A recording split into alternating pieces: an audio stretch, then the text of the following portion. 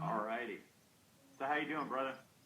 Good, man. I'm freaking, it's Monday and, dude, I can't believe it, but today actually marks to the day that it's been 18 months since my accident. So, That's crazy. To yeah, the day. to the day. That I'm is, assuming it's February 17th, right? yeah, yeah, Yeah, it is. yeah, You yeah, got it right on dot, yeah, man. yeah. So, That is crazy. anyways, this is your show. I was telling everybody. So, It's not my show now. It's yours, brother. I couldn't figure out anything. Pretty much everybody got a kick out of watching Facebook. All my friends and stuff, as my wife and I were arguing, trying to figure out doing Facebook Live. A couple of my friends were posting, waiting for Sean and Linda to post again with their next Facebook Live video. So it was crazy. So I'm not the most technically sound guy in the world, and if you know me, it is what it is, man. But you are an absolute inspiration. You truly are, and I've only had the opportunity to meet with you one time.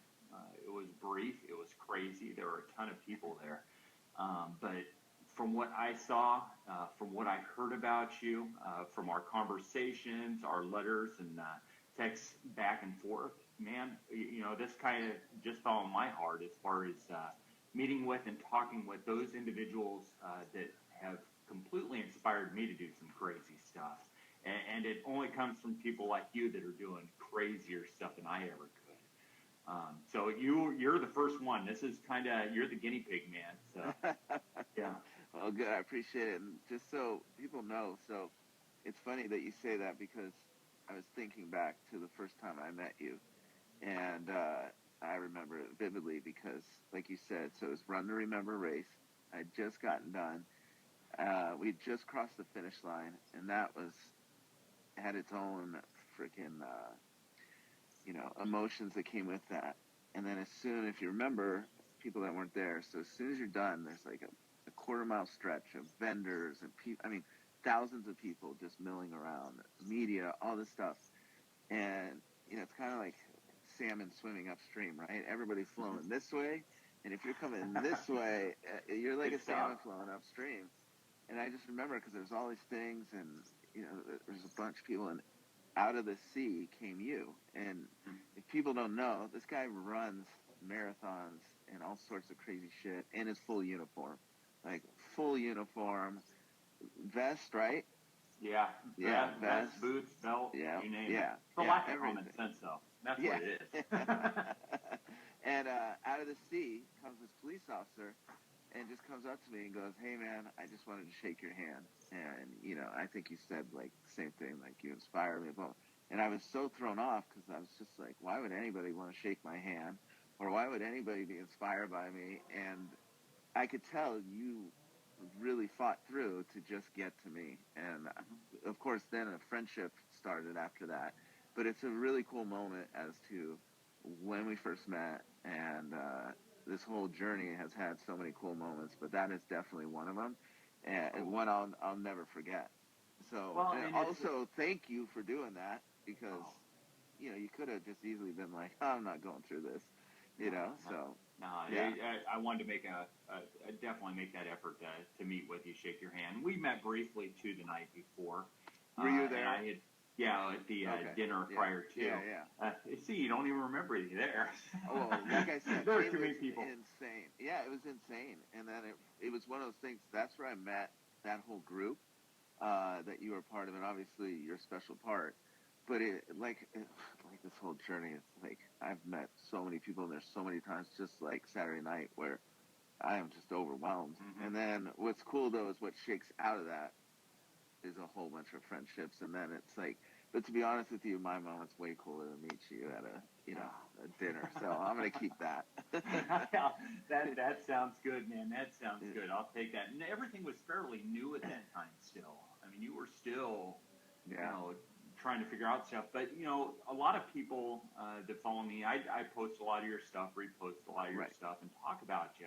However, some of those people, you know how social media is. People will just glance over. If it's more than 3 words, they're going to keep on going. If it's a video, they're going to keep on watching. Right. So, I wanted to get a chance to really just hear from the horse's mouth the story, the frustrations. But I think before we do that, I'd like to hear before what happened to you. What talk about your military history, who you were prior to everything happening. So I was a punk that you would probably run into on the streets. Not in a, I never. Well, let me take that back. I never was charged with criminal crimes, but yeah, just a punk kid, and not anything where I look back and morally go, oh my gosh, but a ship without a rudder. Mm-hmm. And my dad was. I always wanted to be a Marine. I spent all my time in high school reading Marine Corps books and Navy SEAL books and all this, hardcore, high-speed books. I remember my teachers just being like, you going to pay attention today? I'm like, no, I'm going to read about frogmen or whatever. And, I'm going to be a Marine, so this stuff really doesn't matter. And I'm not going to college. And, but I was like, I'll go to the Marine Corps like when I'm 20. I'll party for a couple of years. I just got out of high school. And my dad came up to me on my 17th birthday and was like, here's $100. Go buy yourself whatever you want. Because on this day next year, the only thing I'm doing is carrying your bags to the curb for you. Because you're out of here. And I was like, whoa. And we lived in a pretty nice town. And my parents got a lot of shit for that. They're like, you're just going to throw your son out? And my dad's prior military, he's a pilot in Vietnam. And they're like, yeah, he's not getting it. Like, we're not helping him. And so as it got closer, I was like, holy shit, he's not joking around. And so I was like, maybe I should go in the Marine Corps right away because I'm not going to have a place to stay instead of partying for a couple of years. So, yeah, I signed up. And once again, that was always the goal. I just didn't realize it was going to happen, when I was 17, right out of high school. And I think it was day 2 of boot camp, first 24 hours, that I realized, wow, I should have studied in high school because college sounds way better right now. and so I went through boot camp. But once again, I went to boot camp. I smoked a pack a day. I was out of shape. I remember my dad taking me out running because he's like, this guy's not going to make Marine Corps boot camp. Couldn't even run a quarter of a mile. Once again, I'm hard-headed. I didn't do anything to help myself going into it, like run, do a couple. I remember I had to do pull-ups because you had to do 3. So I got to 3 pull-ups. And you're good. Yeah, and it's like, that they'll let me in. And, it was an ass kicker. I mean, I did myself no favors. But guess what? I wasn't going to quit. And so, it was a lot harder than some of the people that came in that were PT studs. But I had a goal of becoming a Marine. Like, I wanted to wear that uniform. I wanted to cross that parade deck. So, and I just got better and better each day, a little bit each day. Runs got a little bit easier. And by the end of it, it's like, wow, I ran 3 miles in 19 minutes. Like, and I am not a runner. Not a runner. Oh, now I look at that and go, no way, Yeah, and that's good. I could do 15 dead hang pull-ups and 80 sit-ups, and I accomplished my goal. And so this was back in 1995. I went right out of high school. So then I went in the Marine Corps Infantry. So I was an infantry Marine. I was trained as a tow gunner, which is an anti-tank missile launcher. But we were in Hawaii and over in Okinawa, so we ended up being with a machine gun platoon. So ended up, hiking that stupid Ma Deuce, that 50 cal, which is not good for you. And I was on a SIF team for a while, and then my last year, I was rewarded because we deployed out so much with a job at the military police. So I got to spend a year there, and I always wanted to be a police officer. So that was the best job ever. And I was supposed to sit on a gate for a year, and I went and of course I'm like, hell no, I'm not sitting on a gate. And I had an awesome gunny who's like, you get your emergency vehicle operator's license, I'll put you on the road. Because I was a senior, a leader, NCO. And, he put me on the road, and I ended up doing every job but watch commander. And then I got out. I was going to become a police officer. At the time, I had a wife that really wasn't, into that. So unfortunately, I didn't do that, which was, my only goal in life was to be a police officer, a canine handler, and but that was my military career. So I did my 4 years. It wasn't a time of war.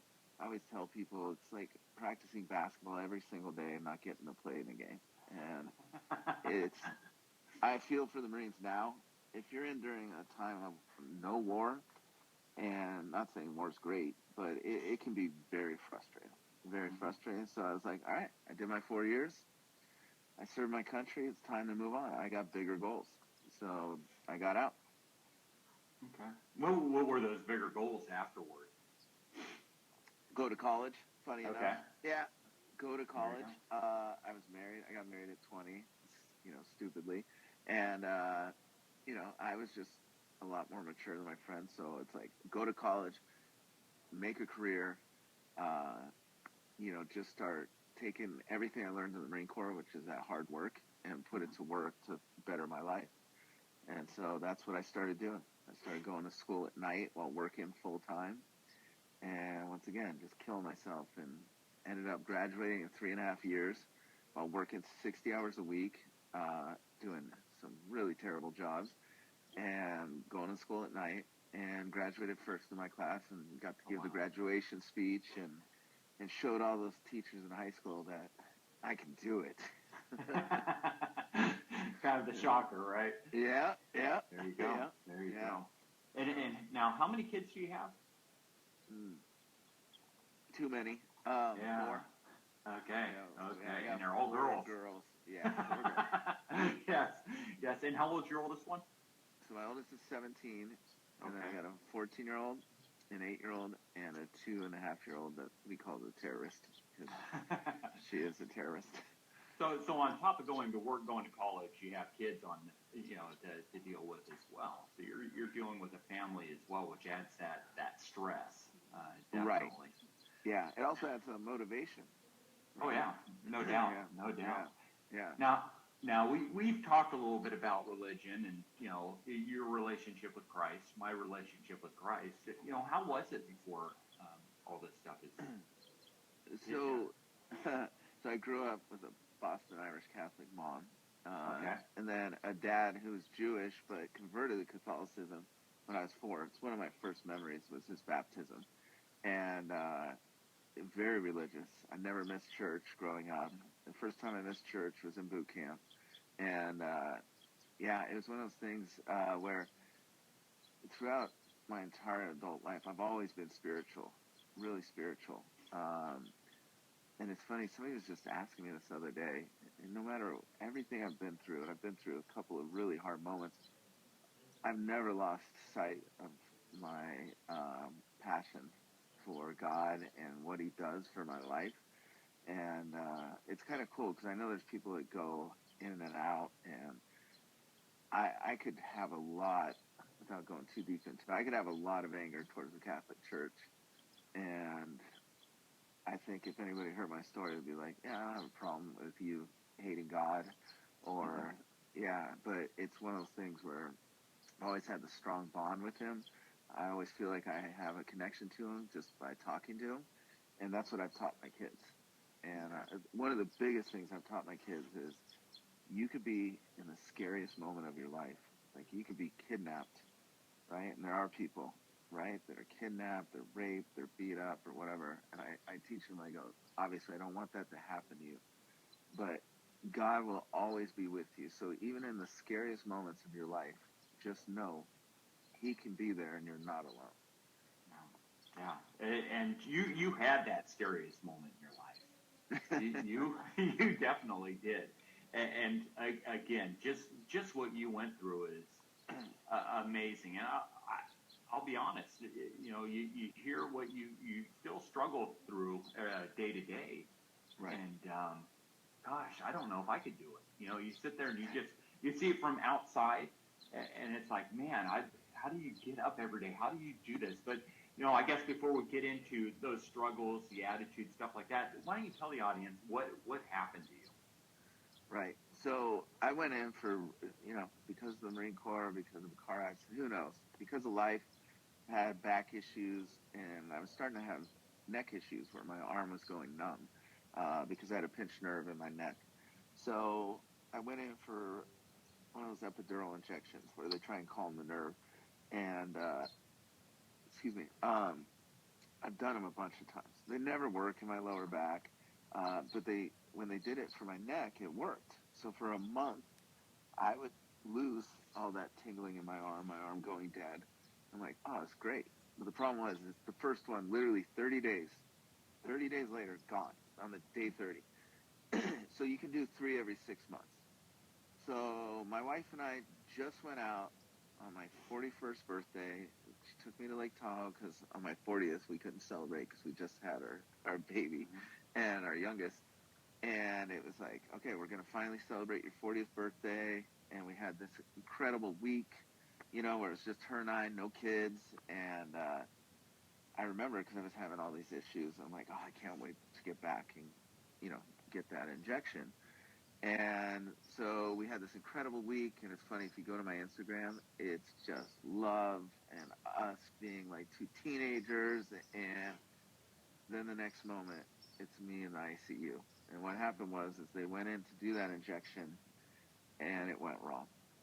The doctor hit my spinal cord, and to give you the short version for people is, to hit my spinal cord, I started internally bleeding in my spinal cord, which caused a spinal hematoma, which is basically a blood clot in your spinal cord.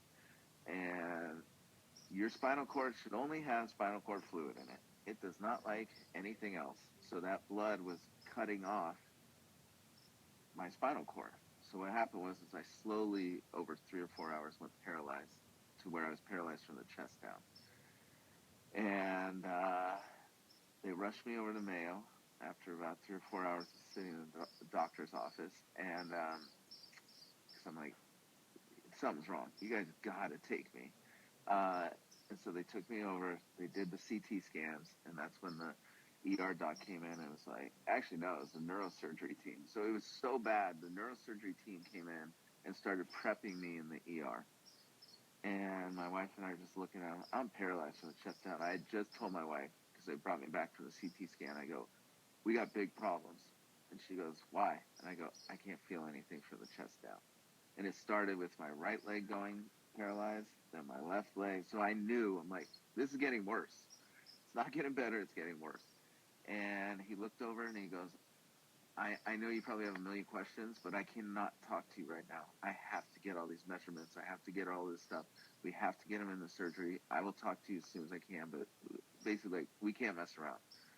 And so we're like, okay. And then the ER doc came in with the neurosurgery team and was like, this is what happened. We're prepping you for surgery right now. You need to be in surgery like yesterday. We're going to do everything we can to make sure you're not paralyzed for the rest of your life. But we can assure you, you will be in a wheelchair the rest of your life. And we're going to do everything we can. And we don't know if we're going to cut you 2 inches or 10 inches, but that's what we're prepping you for.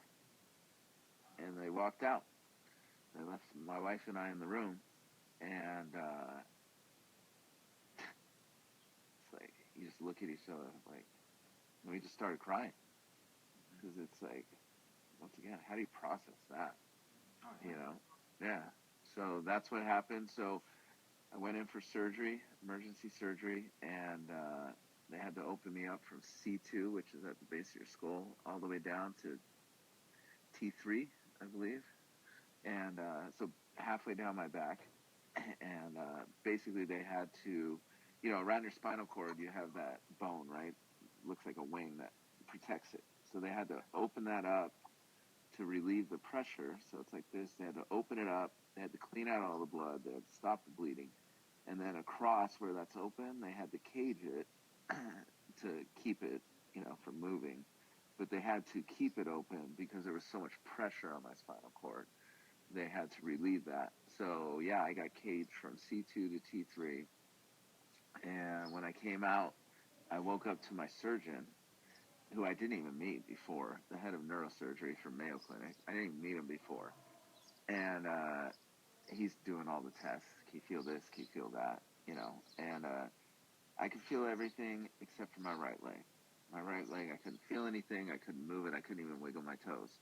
And so I asked them, I'm like, hey man, you see this every day, like you're the best of the best. They told me I'd be in a wheelchair the rest of my life. Like, what's your analysis of it? And he goes, it was, your damage was extensive. And he goes, you're going to be in a wheelchair the rest of your life. And it was just like, whoa. And that started it all, Yeah, yeah. And daily, you prove them wrong. Yeah. you have made it Spoiler your mission alert. to, Spoiler alert. Yep. they just practice medicine. They don't Right. necessarily have it down, right? So Yeah. so you ended up, completely baffling them. And proving them wrong in every aspect of what they said you would be like. I mean, basically, they're saying you're not going to be walking around. You're going to be needing help to get around. Your family's going to have to help you do everything, and that isn't necessarily the case here. When you first heard the news, though, I mean, did you have any thought of surrendering? Initially, is there that surrender, that hopelessness, anything like that was going through your mind, or were you like, let's do this, let's move forward?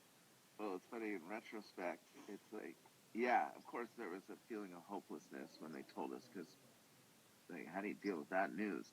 But it's funny if I think back to that, and that's a great question, because I've told the story a million times, and I've never been asked that question. And as I look back on it, I have given this answer, but when you ask that, it's like, no, I guess there wasn't, because I did one thing. They wheeled me in. I've worked in the operating room for my prior jobs, and I knew they were about to put me under. And I was like, whoa, whoa, whoa. Like, stop. And I told everybody in the operating room, my surgeon wasn't there, but I'm like, listen, I have 4 kids at home, one of which just turned 1. I know you guys probably do your best, but I need you guys to do your best. Like, I need your A game.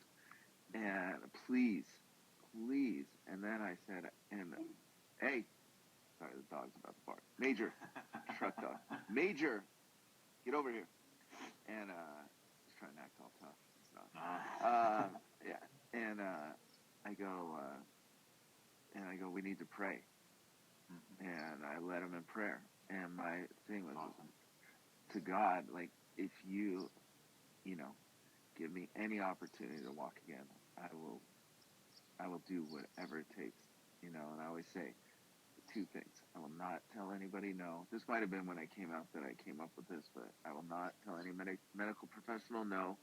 If they ask me to do something, and I'll do twice as much. But you ask that question, I look back, it's like, no, it was always like, all right, let's go. There was some feeling of hopelessness and like, holy cow, the gravity of the situation. But it wasn't this moment of, oh, I'm Mr. Badass, I'm going to tackle this. It was more of this feeling of not in control and not wanting to be a burden for my girls. So, and I knew being in a wheelchair, because when you're told you're going to be in a wheelchair the rest of your life, like, we can all think about that, but when it's a reality, man, let me tell you, those thoughts intensify tenfold. And that's what played in my head until I went under. And so it was like, no, I can't do that to him, Wow. Yeah. Wow. So, yeah, it was always go, but it wasn't like people are thinking, like, oh, this guy, it's got it all figured out. It was more of, it's funny, it kind of goes back to that hopelessness of, we can't be here. Yeah, you got to kind of surrender it all to him. Right. Now, I mean, your family was super supportive. I've seen pictures just, throughout the whole ordeal, a family being around your bed, praying for you, helping you through this as well. I think emotionally, did that play a huge part in your recovery as well, or? Oh yeah, I mean, my wife being there for me. My 2 older girls would not leave the hospital the first weekend. Really? No, they wouldn't. We tried to get them to go home because you needed rest, and they would not. They're teenagers. They should be going through that. And I'll never forget, it was, I don't know, maybe day 3 after it or 4, and I couldn't feed myself. I mean, I literally could not feed myself. And they got Chipotle. They brought in like a bowl for me, and my oldest daughter, 17, was going to feed me. I mean, literally feed me like a baby. And all of a sudden, she's going to feed me, and she's and the food's just flying all over me, and I'm just kind of chuckling, like, "Hey, relax, just put it in my mouth, like this isn't a big deal." And she broke. I mean, she just started bawling. She's like, "I can't do this. I can't do this." And that's where it hit me. I'm like, "No, this girl's 17. I'm her dad. I'm supposed to be her strength, and I can't even feed myself." And as strong as she was, it was like she finally had that moment where, it's like, where she was raw and just like the gravity of the whole thing. Like, I can't freaking do it. And, but no, having them there and then having like my sister drive through the night so she could watch the baby so my wife could be there. I mean, every minute I was in the hospital, there was somebody there with me, which is huge. It's huge. Oh, yeah, no doubt. And then, you were in the hospital for how long? Only a week. I was supposed to be there 6 months, but yeah, I was there for 7 days.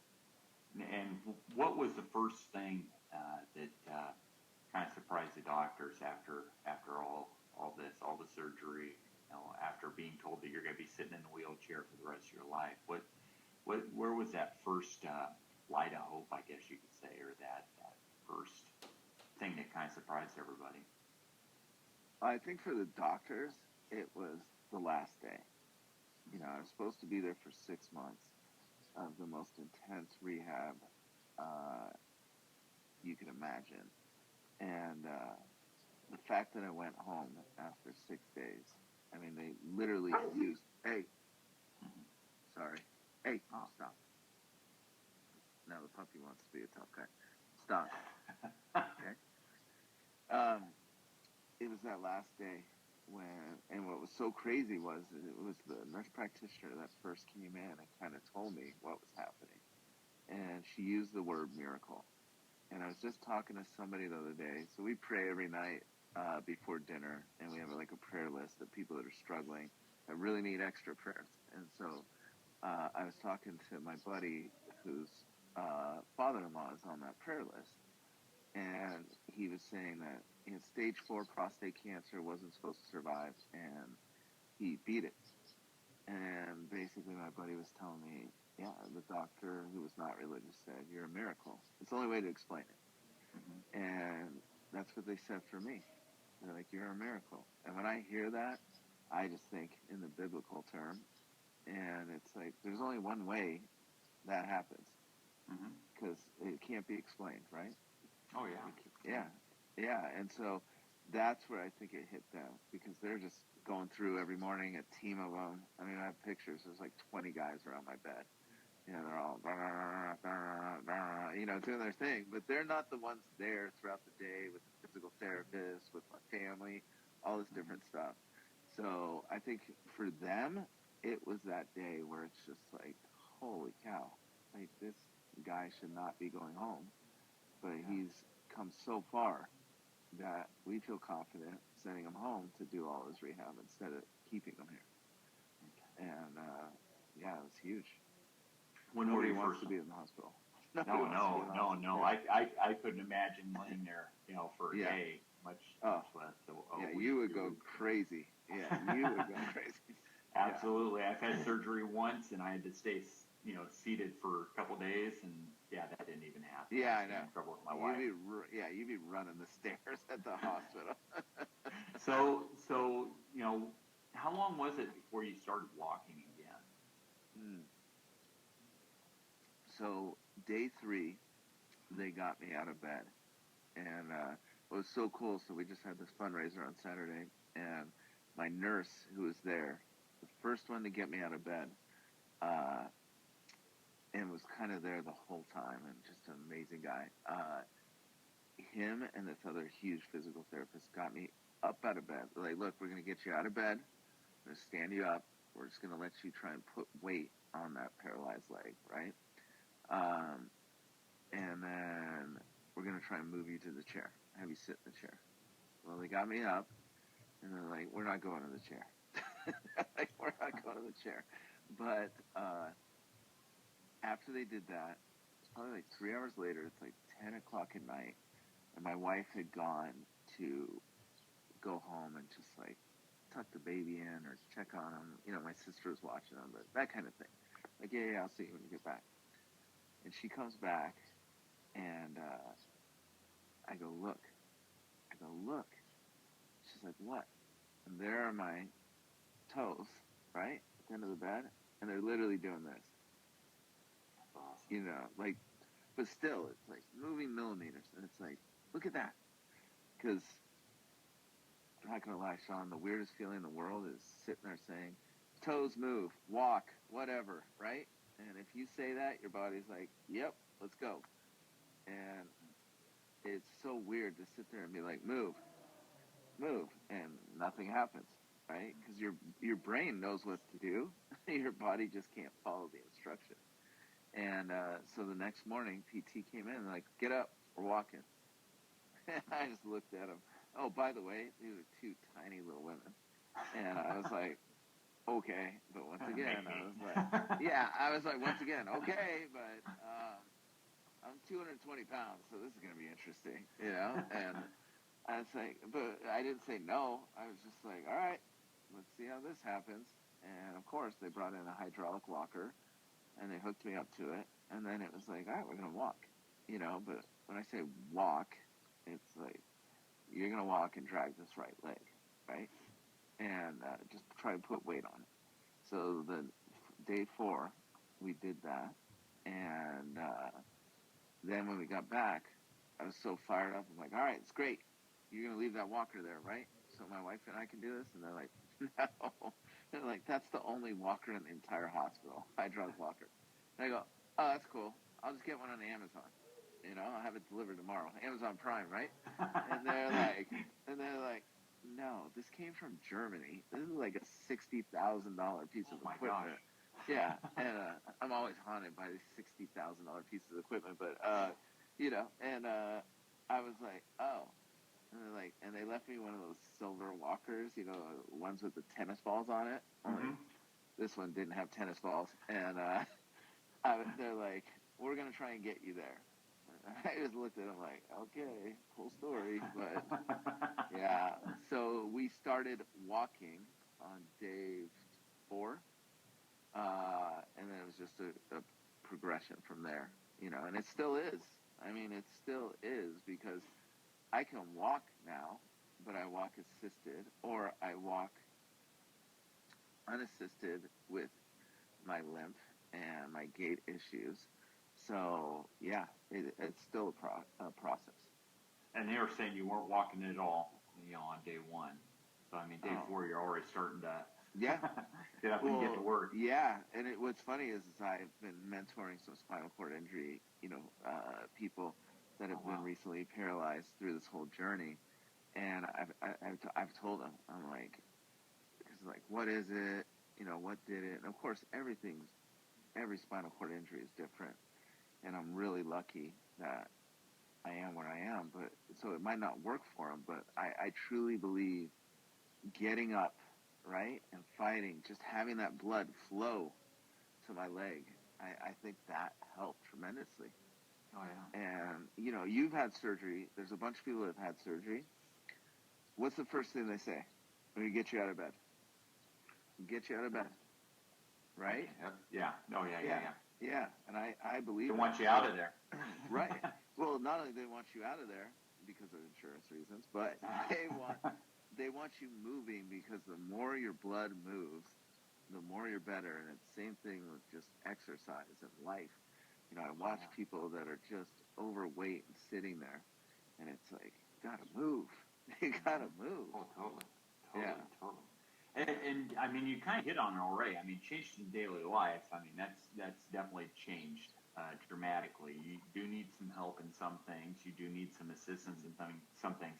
But you know, what struck me the most is you're going out there and mentoring other people that have had similar injuries or, that are going through this tough time as well, which is absolutely amazing.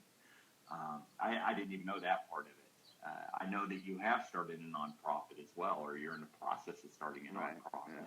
Which the first thing I heard of it was yesterday, where you guys are going to try finding those next stories to do. But this Unbreakable, which hey, I'm repping today.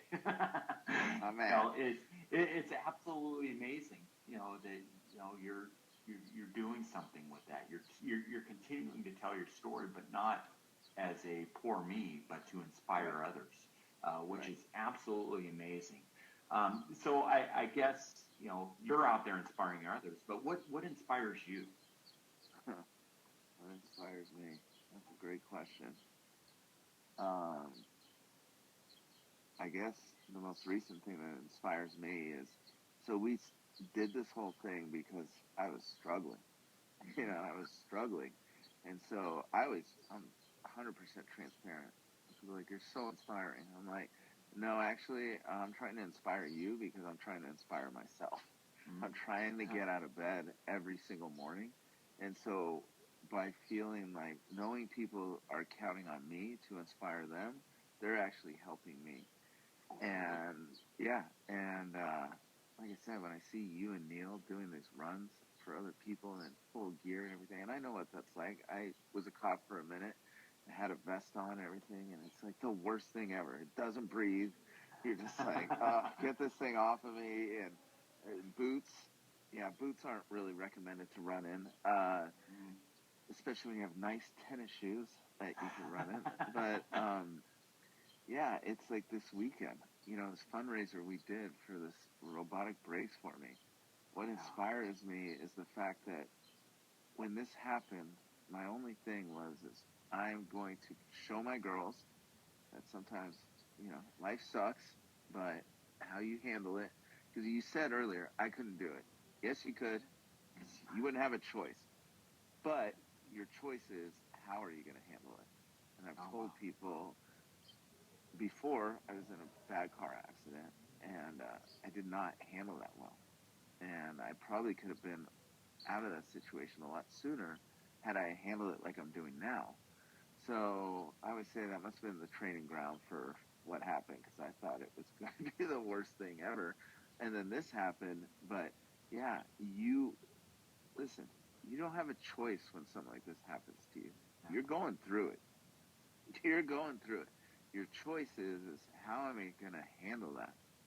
And what I've found is I was just talking to my wife today, because we still struggle a lot. I'm wrecked from this weekend. I mean, we were up trying at this fundraiser. As amazing as it was, my body is wrecked, and I haven't been sleeping because I'm in so much pain. And but it's like, are you gonna be a victim and sit there, or are you gonna freaking own it? And if you do, I promise you, you're gonna freaking start succeeding instantly. So anybody can go through it. It's just your choice in the matter. So what inspires me was how everybody came together. That robotic brace, that exoskeleton brace, I needed $60,000. I mean, my wife bought me my dream truck because I went through this BS. My dream truck doesn't even cost $60,000. Okay, and it's a nice truck. Okay, there's a lot of things that don't cost $60,000, let alone a piece of medical equipment.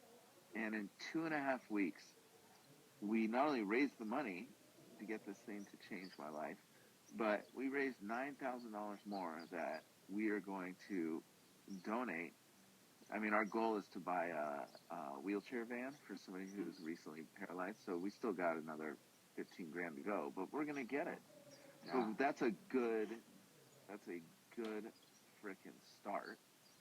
And it's one of those things where it's like, no, everybody came together, helped us do that.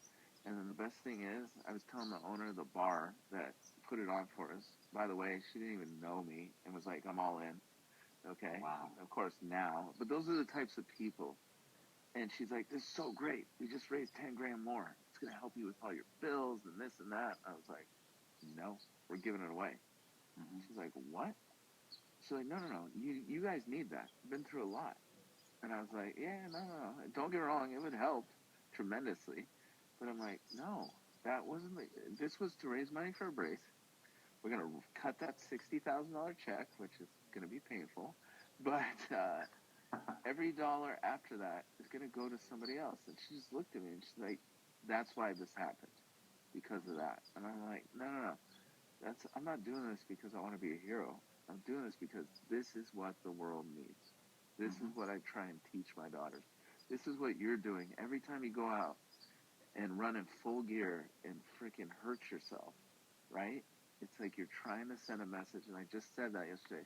It's not about Trump or Pelosi or all these rich people that are trying to get their thing across, okay? It's about our tribe. And we're talking right now because you cared enough to swim upstream and run to remember and shake my hand. And I can't tell you, I had another guy that called me last week that I met a year ago on a plane to go in the SHOT Show. And it was like, whatever money you don't raise to get there, I'm going to take care of it. Wow. Yeah. Wow. He's like, I'm going to take care of it. And it's like, I just met this guy a year ago, but he's become a close, dear friend. And it's all because we care. And that's what social media is about. Oh, dude, you have one heck of a tribe. You have an amazing tribe behind you. I mean, to be able to raise that much that quick and to continue to be there and follow the next mission or the next goal. Yes. I mean, they're completely on board. It sounds like, and it's absolutely amazing. Yeah, my wife and I sat there and we saw the money that people donated, and we looked at each other like, I don't know if we could donate this money, And as much as we'd want to, people donate a lot of money. It's funny, one of her best friends told her, because my wife went out to lunch with her halfway through this last 2.5 weeks, and my wife was saying, like, I don't even understand what's going on right now, and she told her, she's like, Marty, they're doing it because they believe. It's not about the brace. People like philanthropy. They believe, and you said it, they believe in the mission. They believe in you. I mean, you were the mission at the time. So They completely believe in you, and I think you're right. With social media, you got a lot of garbage out there. And it annoys the crap out of me sometimes. And unfortunately, I am less productive because of social media. But at the same time, there's these good stories or these good things that you wake up in the morning to see this. I'll wake up super early in the morning, go for a run, but as I'm getting ready, I'll kind of cruise social media and I see things like you. It's like, dude, we're gonna go out there and crush it right now. We're gonna go do this because this dude's doing it.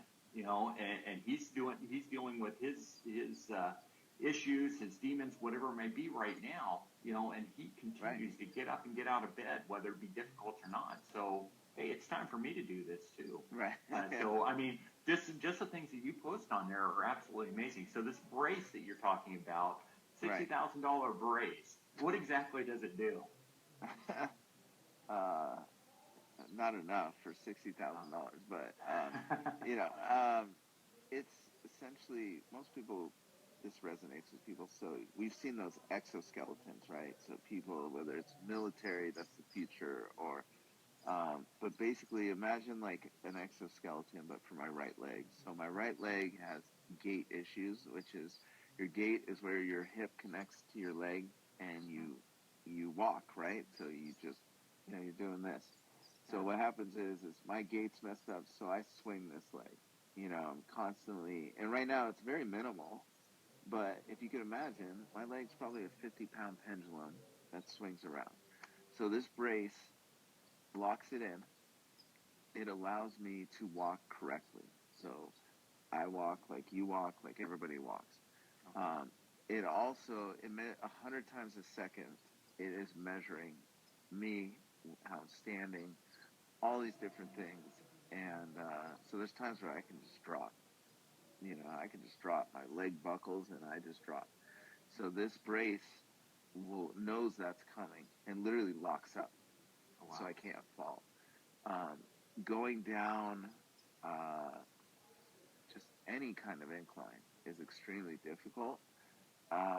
because it's just so weird. It's just, I can't explain it because you just got to do it in my body to know, but, and it's normal to anybody who goes through this. It's like you can't, so this brace, it's funny, the rep always says, ride it down. So basically when I'm going down, instead of feeling like I'm out of control and, and I mean, it's like a shopping cart where you just let go and it starts going, I can ride this brace downhill.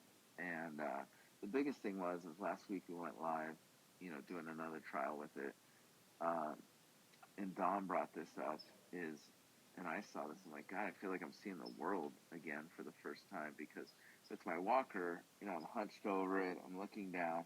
With this brace, I'm standing up tall, I'm walking correctly.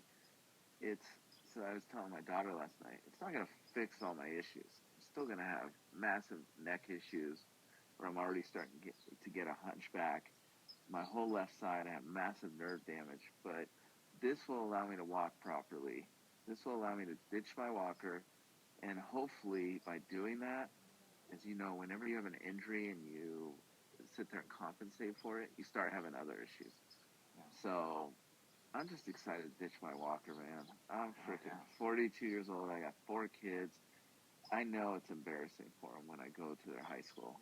I know it's embarrassing for me, but I don't have a choice because it's so beneficial to me. So to be able to ditch that is huge. It's huge. Oh, wow. Yeah. Now, you mentioned embarrassment and stuff like that, which, to be honest, you have no reason to be embarrassed. But there's those days that you are feeling maybe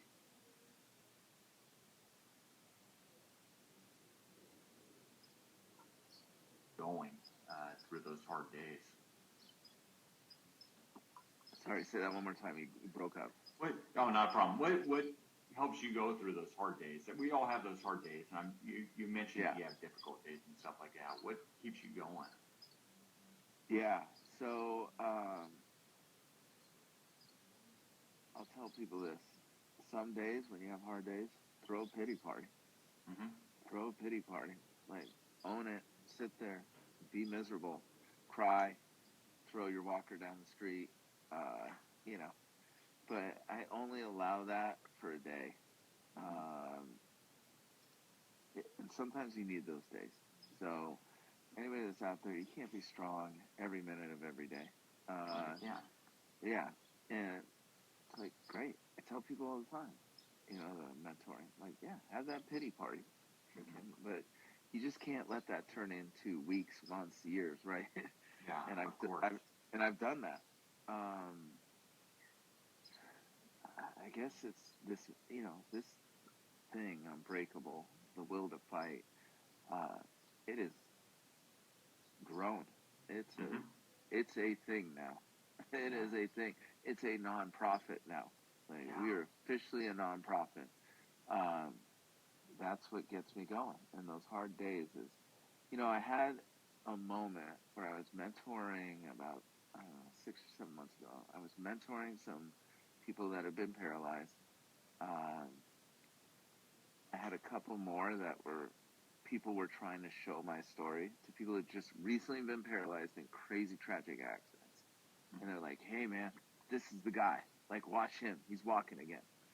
And I could tell that some of them were like irritated or didn't want to see it because they're like, well, great for you. That's not my situation because not every paralyzed person is going to walk again. Mm-hmm. And I went to visit a friend of mine that I was mentoring. Stop. Hey. Stop. Sorry, Sean. How? Major. Come here. Major. What's so funny is he's the least tough dog in the world, but he loves running around. It's like that guy that's like, you want to fight? You want to fight? Yeah. Hold me back. Hold me back. Please, hold me back. Yeah, hold me back. And you're like, nobody's holding you back. And you're like, hold me back. Major, come on. And so anyways, I went to visit him. He was doing some extra rehab. He went back in the hospital because he's still paralyzed. And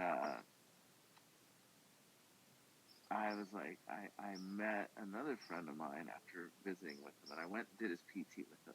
just trying to push them.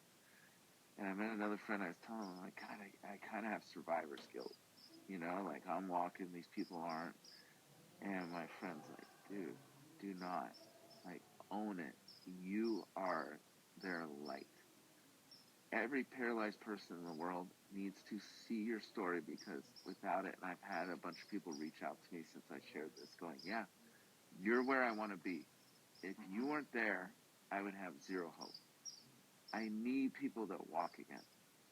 And I've said this before. In 10 years, with stem cells, exoskeletons, the way we're going, almost every paralyzed person is going to walk again in some form. Like me, it might be assisted through a brace, but you will walk again. And they told me that, like, if we don't have you, we have nothing to look forward to. And that just hit home, because I was like, whoa. And that survivor's guilt went away. And it was like, okay, once again, you said it, I'm on a mission. Yeah, you found purpose, man. You found that 100%. that goal, that purpose, and I think that is one of the biggest things in life. If you can find some type of purpose or some type of goal, and when you achieve it, you got to find that next purpose or that next step, or we just become stagnant. And before this accident, I was stagnant. Yeah, I was absolutely stagnant. No, you're absolutely right. You got to find purpose. But in many ways, whether you choose to own it or not, you've become a leader. You definitely have in many ways, because people look up to you. You're a leader, and hopefully this nonprofit is going to just thrive. What type of traits do you see in a leader that are good? I guess you could say, or somebody that's leading others. Action. Mm-hmm. Action. There's so many people that sit there and squawk. Action. Like you were saying, you got to get up. You got to get out of bed. You got to action. Just do something. Yeah. Just do something. And you said with the squawking too. I mean, you get those people say, "Do as I say, not as I do," type of thing. Right. Yeah. There's zero respect there. I mean, you're doing it. You're out there grinding, and you're saying you can do this. That's right. I mean, well, and you too. Everything you do. If people don't know this, okay, Sean runs in full uniform. Okay, freaking. What do you do, like 10K with a cop or something like that, where you mentor kids and show them in your full uniform and that's the thing. It's like, you are a man of action. And I was telling people as we got on here and as we were going, I'm like, if you don't know this guy, I'm like, you need to follow this guy, because he's out there running in full uniform. It's so funny. Hi, Allison. She just joined. Her husband's a police officer. Okay. And there's so many of you guys out there. And right now there's a war going on against police, which is ridiculous. And like everything in life, there's the 10%, that aren't good. They get the attention. Right, exactly. But it's like, dude, you're out there doing it. Neil's doing it. You got the Run to Remember hat on. Man, I am so pumped for this race this year. Oh, dude, it's gonna be good. September. Yeah, but a good leader is the one that doesn't just lead, but he's a man of action. He shows his troops. I always tell my girls, I want you to marry a guy like me, and not because I'm perfect, but I really strive to show them how a man should treat them, in all the right ways. So I think action's the biggest thing. Is you walk the walk, you talk the talk, not just talk the talk. Yeah, and I think when we first started talking about doing this too, I mean, this journey of running has definitely given me the opportunity to run across some absolutely amazing stories where running in gear isn't all that much of a big deal. When we talk about Scott, or when we talk about AJ Mitchell, or all these guys that have overcome some amazing things that and they continue to go out there and just blow people's minds, whether it be medically, whether it be just that they've been told that they can't do it. Right. You're an absolute inspiration, Scott. And like I said, just sitting and watching everything that's been going on, it's good to see. It's a breath of fresh air, I guess, in the social media Yeah. aspect. Because there's so much nonsense out there too, but Right. there's these stories, and because of social media, I had that opportunity to see, what you had gone through and what you had what your struggles were, and then Right. to meet you in flesh and bone Right. too. I know. This guy really exists. He's not just an Right. internet Yeah. celebrity. Yeah. Uh, Yeah. no, No, it's so cool, and it's surreal. It is really surreal, and man, this weekend was incredible. I mean, we've had that video for this brace for 9 months, my wife and mm-hmm. I, and we just wouldn't share it. And we came close a bunch of times, but we're just not those people to ask for help. Yeah. And thank God there are people that love us that were like, listen, we're doing it for you. You need to grab that gallon of milk out of the fridge and choke down your pride and do this. And what was so cool was Saturday night, it all culminated with this fundraiser that was put on. And I think my wife is so private. She hates, she's on social media, but she really doesn't post. And she hardly looks at it. And I drive her nuts because, I'm all over the place and sharing everything, good and bad. And it was the first time I think she really got my mission, She's like, wow. She gets it, but she really got it. And that's the whole thing. Is like, I'm not just blowing smoke, It's like, yeah, just like you. It's like, I truly, I want to change the world. Mm-hmm. And we are. And it's the worst thing that could ever happen to me. And I'm going to make it the best thing that ever happened to me. Okay. There we go. Okay. So what's obviously so funny? we're hitting our time. Well, you know what's so funny? I'm like, I don't know what happened because it just cut off, but I was like looking at the time. I'm like, maybe in an hour it cuts off. And but that's what's so cool about this is it feels like it's been 10 minutes and I could talk to you all freaking day. Yeah. So. Well, and who knows if I have a recording or not? Like I said, too. I set this thing up to record, and we'll see what happens. If not, hopefully Sky has something. But I just wanted to. I was in kind of the process of closing. As you know, I have a reporter I have to meet with too here today. Yeah. But dude, absolutely inspiring what you do every day. Now, I guess real quick, you go in to the hospital tomorrow, right? Is it tomorrow? Or Wednesday? No, Wednesday I go. You're talking about for the brace? Yeah. Yeah. So Wednesday, it's not the hospital, but basically the person that puts this on also does prosthetic legs and arms and everything. So they're a doctor, but they're not like an MD. So I go to them Wednesday. They're gonna literally cast my leg because that's how customized it is, and they're gonna cast my leg to send it then to the person that makes the brace, and then they'll send back, according to them, a clear, kind of like a clear brace, without all the technology on it. Make sure that fits, and then after that fits, they'll start making it. They told me 2 months originally. When I talked to the doctor this last time, she goes, I think they're getting better, so she's hoping a month. She also said because insurance isn't involved, we don't have to worry about, them getting all the paperwork and everything, because I'm just going to cut them a check.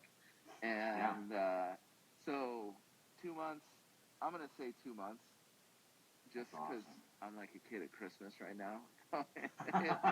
You're ready to get this thing. Yeah, I'm awesome. ready. Yeah.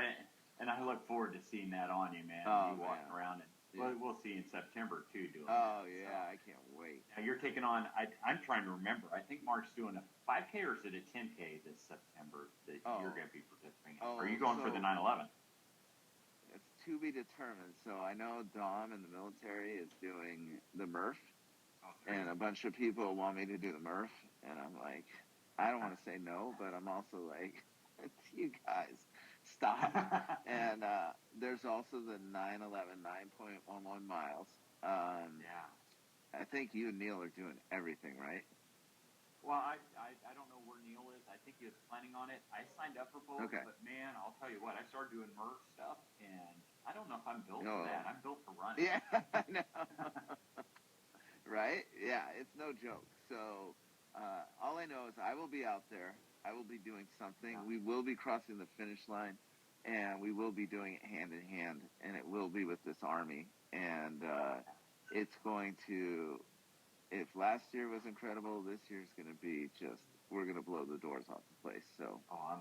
I'm looking forward to it. The director, Mark, is. I love. I mean, Mark. I'm getting phone calls once a week at least by him and just all the amazing ideas he has for this event. Oh yeah, yeah. I was just with him in Las Vegas at SHOT Show, and SHOT Show. we were going over. I mean, Dom, and I, and Mark's amazing. He's such a funny guy, man. I love that guy. He is.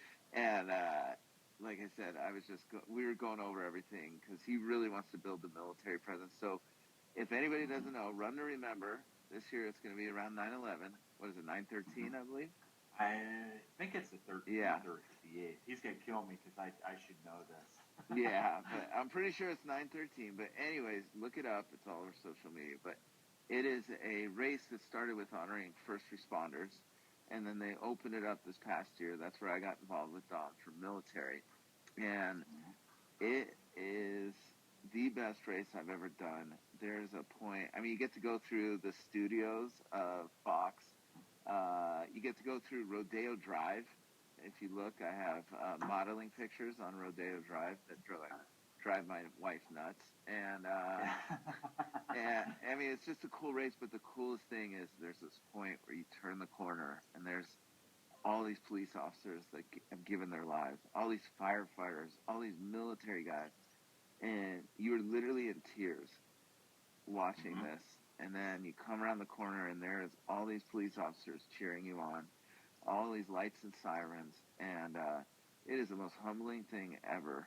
And there's so many cool people like Sean and Mark and Neil and Don and Steve. Oh my gosh, Steve, right? And Janet. Mm-hmm. And amazing people. Yeah, it wouldn't happen without them, right? And you're right. It's inspiring. It starts with the national anthem, and then you can cross the finish line with us, and it's going to be epic. Yeah, and it is September 13th. It's if anybody does want to sign up, it's just runtorememberla.org. Okay, cool. Easy there. Yep. But it's September 13th. They do have the. I'm looking here real quick. They'll have a 10K, the 9.11 mile, which is original. That's one of the first I've ever heard of, and then the Murph Challenge. So it's going to be a very cool event in itself, and I look forward to seeing you out there. Yeah. So what? I mean, real quick in closing, I mean, you're going to be doing a fundraiser for a wheelchair accessible van, right? Is that what you're saying? Well, we raise more money, so that's kind of here's the thing, we're in our infancy, and we have a board, and so this is a real nonprofit. We have a board, we're going to have a vetting process, but our goal was to that'd be kind of cool, because what happened was, that friend of mine that was recently paralyzed that I've been mentoring, PT, if you haven't noticed through this whole thing, is huge. Getting up, moving. He got home finally. He's paralyzed from the, waist down. And you don't get a wheelchair van when you leave the hospital if you're paralyzed. They don't give that to you. Insurance doesn't pay for it. And so anyways, he needed to get to his first physical therapy appointment, which I was hammering. You got to do these. You got to do them. He didn't get there because they don't have a van, and the ride share, like the Uber for, wheelchairs, didn't show up. And I was like, oh my God, I couldn't believe it. I'm like, you didn't get there. I'm like, harassing him. And he goes, I couldn't make it. And that's where it hit me. I'm like, oh my God. I'm like, he can't get there because these people don't have it. So I just thought with everything we went through, that'd be a really cool thing. But, one of those vans used, like a junkie van, it's like over 20 grand. But these people would kill for a junkie wheelchair van. So that's our goal. But like I said, we have a whole board. We're doing this the right way. So the good news is I don't have to ask people for money anymore, because that was the worst part of this whole thing. And so now, and because we have a 501c3, we have a tax ID, we can start partnering up with companies, and because it'll be a tax write-off for people. So Well, and it's going to take, I mean, it's going to take life. It's building legs, and Right. it gets to the point that you can actually sit back now and enjoy it a little bit Right. as well. Yes. You know, you'll still be busy. Right.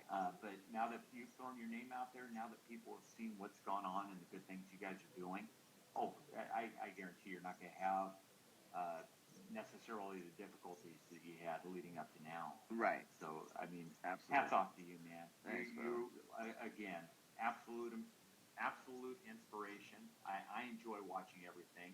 Whenever you guys post anything, let me know. Shoot me a text. I'm happy to share it out there as well. And Thank you. I mean, there's several other groups that we are involved with Right. that I'm sure would share your message as well. Yeah. I and vice firmly versa. believe in what Yeah. you're doing. Yeah. Vice versa. So. But I appreciate everything you do, Scott. I know you're a busy man too. I'm going to let you, enjoy the holiday with your family. Nobody's here. They're all gone. Nobody's there. Their work, and I have one daughter here, but we got softball and everything. There's no holidays. There's no holidays with 4 kids, so yeah. I'm just gonna get back to. I'm sure when I walk in, I'm hungry. I'm this. Yep. So, yeah. You know how it is, man. You get back to work. Yep, exactly. But this was awesome, man. You did an amazing job, and your story is amazing. So, dude, keep going, man. Keep going. Well, like I said, it's people like you that keep me motivated and keep on going. So Yeah. I appreciate everything you do, man. Yeah. All right, buddy. Love you, man. Have a great day. Take care of yourself. Love you. All right. You too. Take care. Talk to you soon, Bye. brother. Later. Hey, hopefully I can download this now. Yeah, right? Exactly. Take care.